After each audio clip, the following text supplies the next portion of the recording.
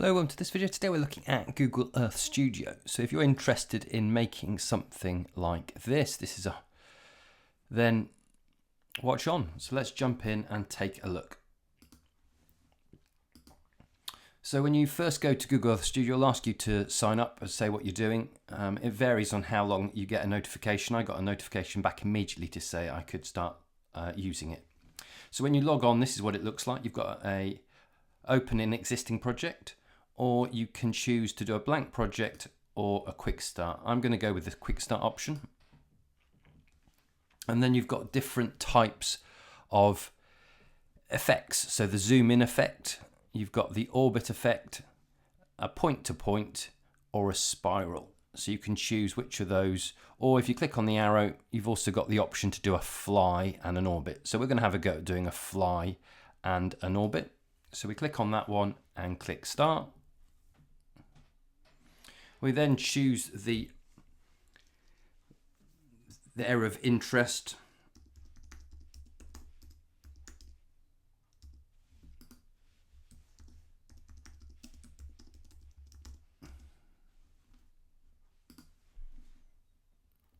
And then click next. And this gives you a little preview of what you're getting. And then what you can do is you can alter various different elements. So if we can alter the end. If you go too high, but you can fiddle around with that. So you can alter the end altitude. We can also alter the target altitude as well.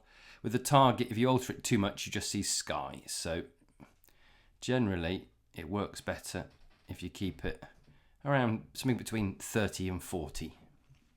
And then you can also alter the radius of the orbit. So that's obviously how far away from the object it goes. And you can choose whether it's clockwise or anti-clockwise. Happy with that, you can click next.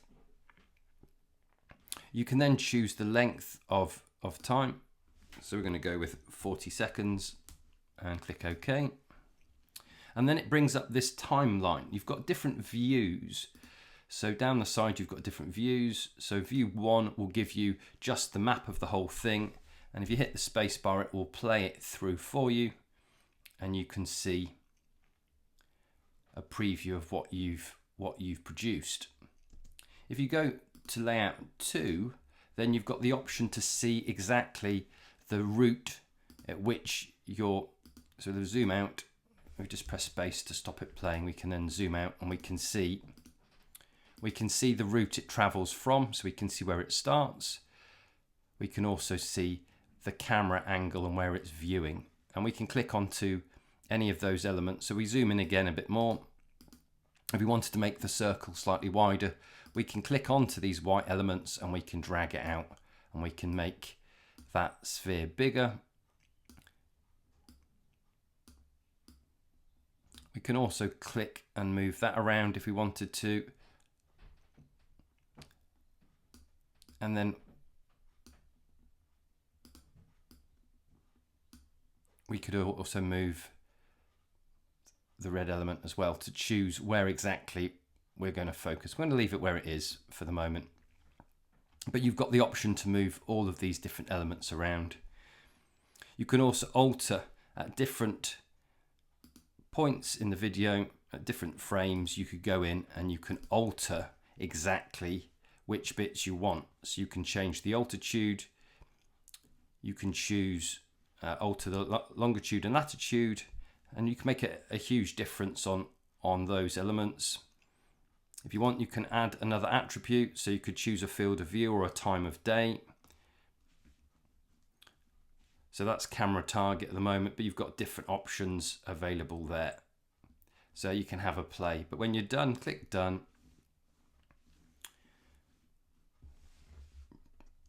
Press space just to see the whole walkthrough of what you've got.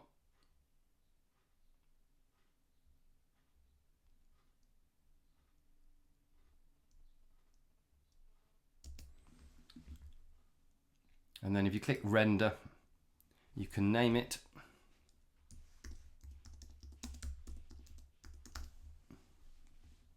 And you can choose either an image sequence, so it renders locally on your machine or via the cloud. You can set various other elements as well, and then click submit.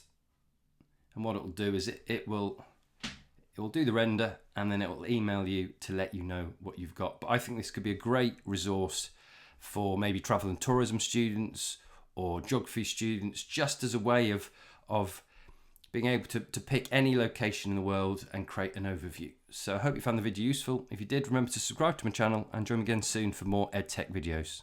Thanks for watching.